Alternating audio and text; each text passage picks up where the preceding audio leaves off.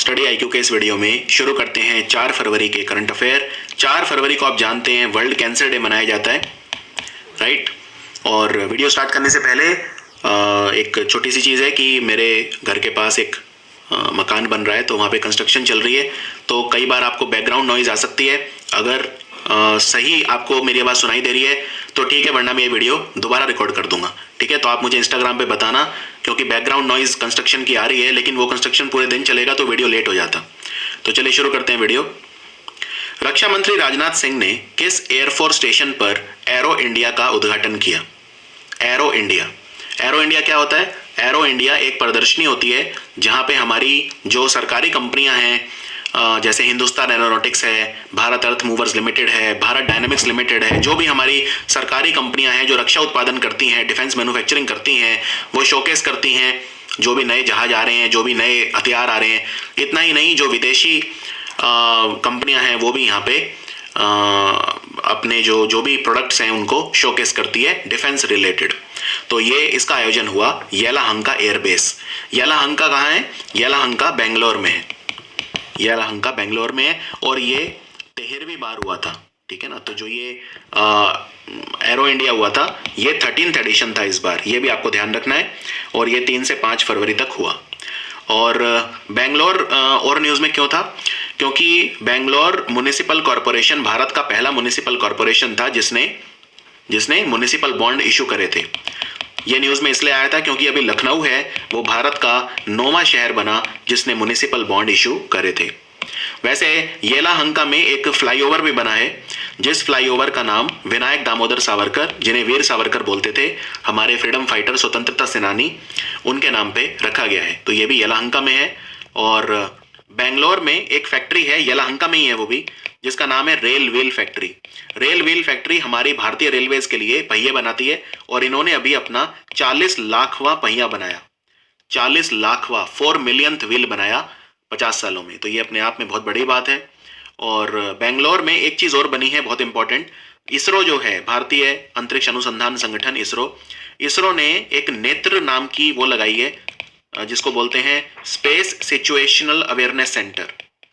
Space situational awareness centre, जिसका नाम है नेत्र, ये इसरो ने बेंगलोर में एक जगह है पीनिया, वहां पर इसको लगाया है। और बेंगलोर आप जानते हैं कर्नाटक की राजधानी है।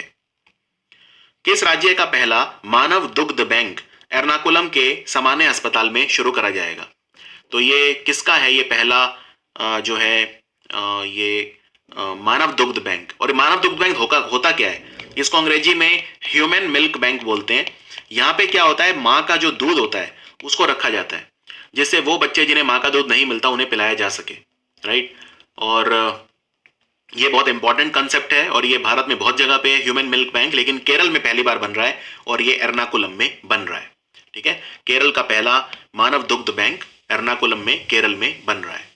और केरल में और क्या क्या बन रहा है? केरल में फॉर एग्जाम्पल केरल में एक जगह है पलक्कड़। पलक्कड़ में क्या बना है अभी? पलक्कड़ में केरल का पहला फर्स्ट मेगा फूड पार्क बना है।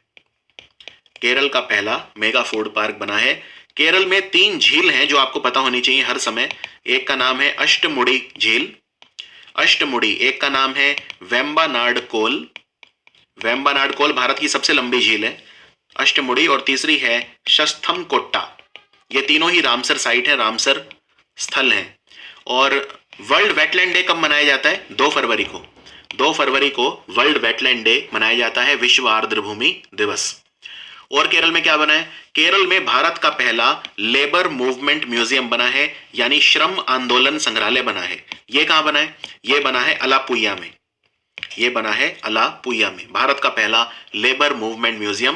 केरल की सरकार ने एक योजना स्टार्ट करी है जिसका नाम है 1 स्कूल 1 IAS। हर एक स्कूल से एक IAS चाहिए, 1 स्कूल 1 IAS। केरल में चौथा ग्लोबल आयुर्वेद फेस्टिवल भी होगा, यानी वैश्विक आयुर्वेद महोत्सव का आयोजन जो है, वैश्विक आयुर्वेद महोत्सव का आयोजन चौथा अध्याय केरल में होगा। और केरल जो है उसने मछुआरों के लिए एक परिवर्तनम योजना भी शुरू करी है। परिवर्तनम योजना, राइट। भारत का पहला सोलर इलेक्ट्रिक रोरो सर्विस भी केरल में स्टार्ट हुआ है।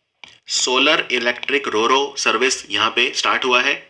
और केरल में एक बीच भी है जिसका नाम है कप्पाड़ बीच, जो ब्लू फ्लैग बीच सर्टिफिकेट जिसे मिला है, राइट। केरल के कुछ त्योहार याद रखिए, जैसे अट्टुकल पोंगल, त्रिशूर पूरम त्योहार जो है वो वड़क्कुनाथन मंदिर में लगता है, ये भी पता होना चाहिए आपको। केरल का जो नया साल है उसे विशु बोलते हैं। केरल में ओणम त्योहार भी मनाया जाता है। और एक त्योहार जो अभी अभी मनाया गया था वो है मकरविलुक्कू, जो शबरीमाला मंदिर में मनाया जाता है पथानमथिट्टा जिले में। मकरविलुक्कू ये भी इंपॉर्टेंट है, और थय्यम भी इंपॉर्टेंट है। केरल के डांस को क्या बोलते हैं? तो केरल के दो डांस हैं, एक का नाम है मोहिनी अट्टम और एक का नाम है कथकली।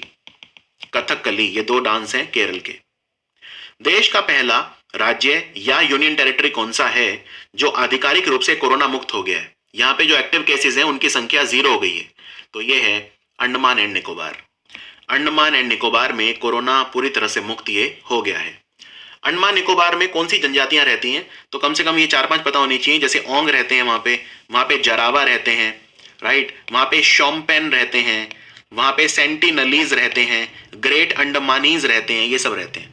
अंडमान निकोबार की राजधानी पोर्ट ब्लेयर है, और पोर्ट ब्लेयर हवाई अड्डे का नाम भी विनायक दामोदर सावरकर के नाम पे रखा गया है, वीर सावरकर इंटरनेशनल एयरपोर्ट।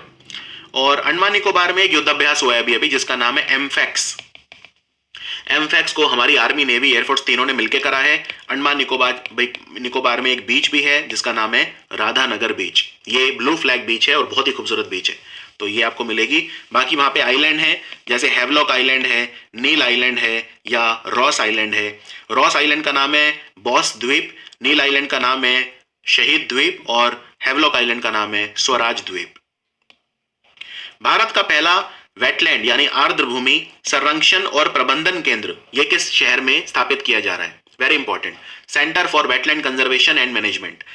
तो ये भारत में चेन्नई में बनेगा, क्योंकि भारत में 42 वेटलैंड है, 42 रामसर स्थल हैं, इनको मैनेज करने के लिए बनेगा। और रामसर शहर कौन से देश में है? ये ईरान में है, और 2 फरवरी को साइन हुआ था रामसर कन्वेंशन, इसलिए 2 फरवरी का दिन वर्ल्ड वेटलैंड डे के रूप में मनाया जाता है। भारत में पहले 37 वेटलैंड थे, फिर 5 और बन गए, अब है टोटल 42। और जो ये 5 नए बने हैं ये कौन कौन से हैं?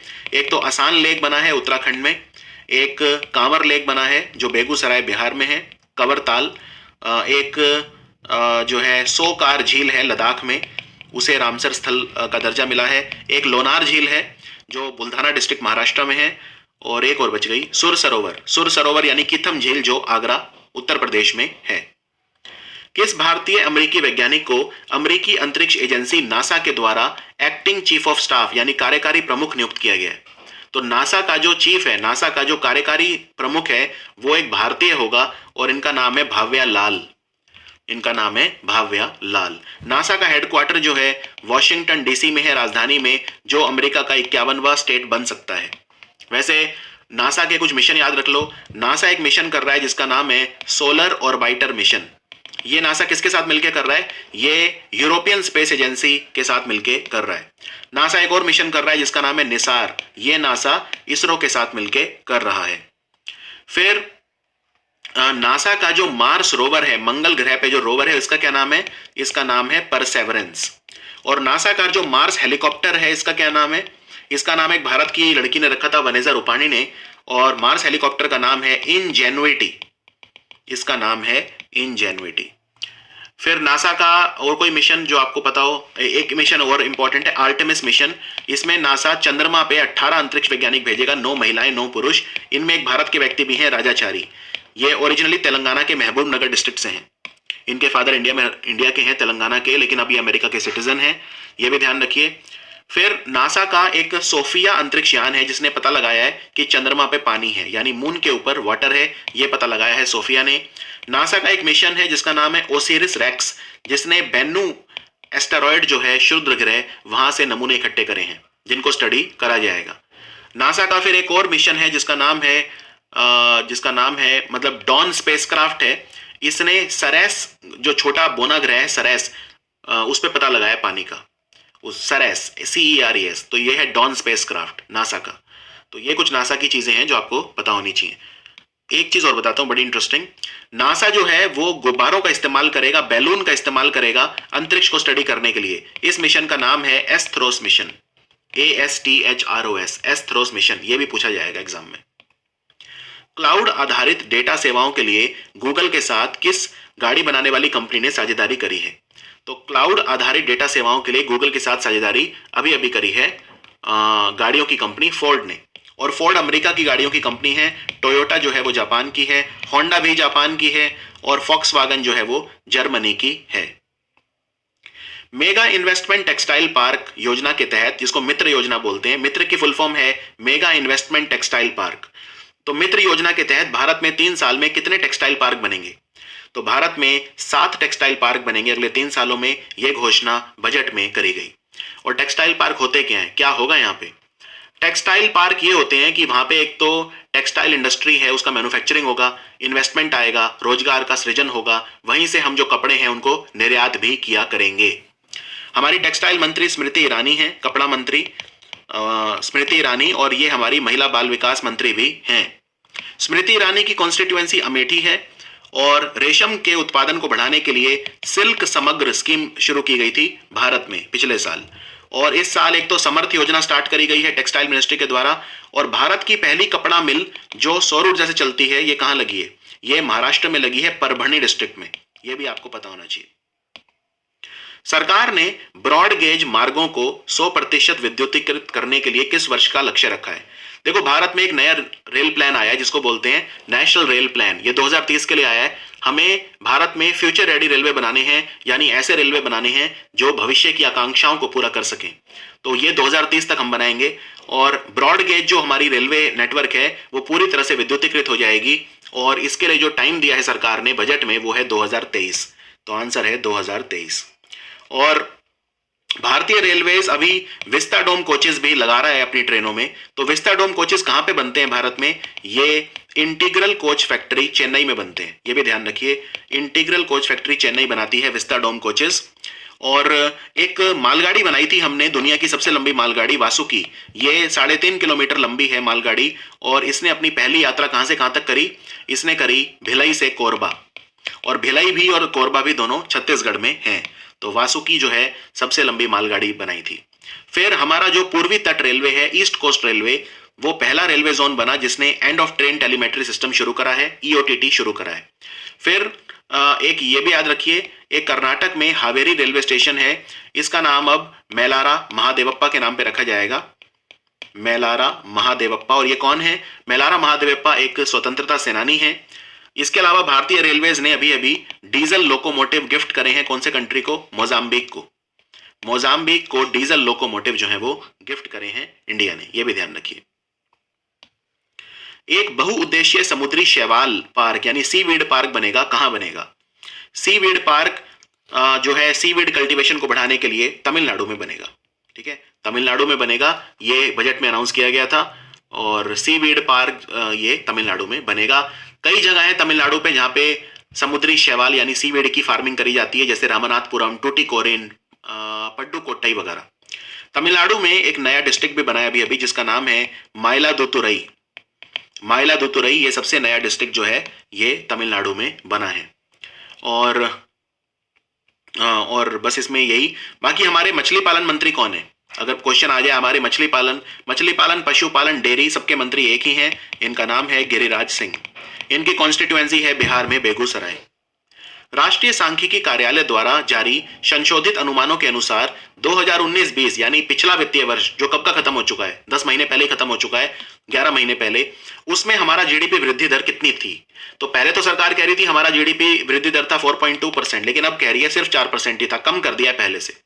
पिछले वित्तीय वर्ष में जो हमारा जीडीपी ग्रोथ रेट था वो 4.2 नहीं था, वो 4% था। 20 बेसिस पॉइंट कम करा है रिवाइज एस्टिमेट में, ये याद रखिए। हमारा एक मंत्रालय है जिसको बोलते हैं ministry of statistics and programme implementation, right. Ministry of statistics and programme implementation यानी सांख्यिकी और कार्यक्रम कार्यान्वयन मंत्रालय, और इसके मंत्री हैं राव इंद्रजीत सिंह। इनकी कॉन्स्टिट्यूएंसी है गुरुग्राम। वैसे भारत में सांख्यिकी दिवस कब मनाया जाता है? भारत में सांख्यिकी दिवस जो है 29 जून को मनाया जाता है, क्योंकि ये प्रोफेसर PC महालनोबिस का बर्थडे होता है, और दुनिया में 20 अक्टूबर को मनाया जाता है सांख्यिकी दिवस। भारत में 29 जून को मनाया जाता है। केंद्रीय बजट में वित्त मंत्री ने किस केंद्र शासित प्रदेश में एक नया केंद्रीय विश्वविद्यालय स्थापित करने की घोषणा करी? सेंट्रल यूनिवर्सिटी बनेगी लद्दाख में। यह बहुत इंपॉर्टेंट है क्योंकि लद्दाख के पास सेंट्रल यूनिवर्सिटी नहीं है। लद्दाख की संस्कृति को बचाने के लिए एक समिति बनी है। वहां की संस्कृति, धरोहर, वहां का कल्चर, वहां की जमीन, इस कमेटी के हेड होंगे जी किशन रेड्डी। इस कमेटी के हेड जी किशन रेड्डी होंगे। यहाँ की सोकार झील को रामसर स्थल का दर्जा भी मिला है। यहाँ पे एक पुल भी बना है जिसका नाम कर्नल चेवांग रिंचन के नाम पे कर्नल चेवांग रिंचन सेतु रखा गया है। ये शोक नदी पे बना है। सांद्रो बोटिचली, ये हाल ही में खबरों में रहे। ये कौन से देश के कलाकार थे, पेंटर थे, चित्रकार थे? इनकी बनाई हुई एक तस्वीर अभी अभी जो है 92 मिलियन डॉलर में बिकी है। ठीक है, 92 मिलियन डॉलर में एक पेंटिंग बिकी है।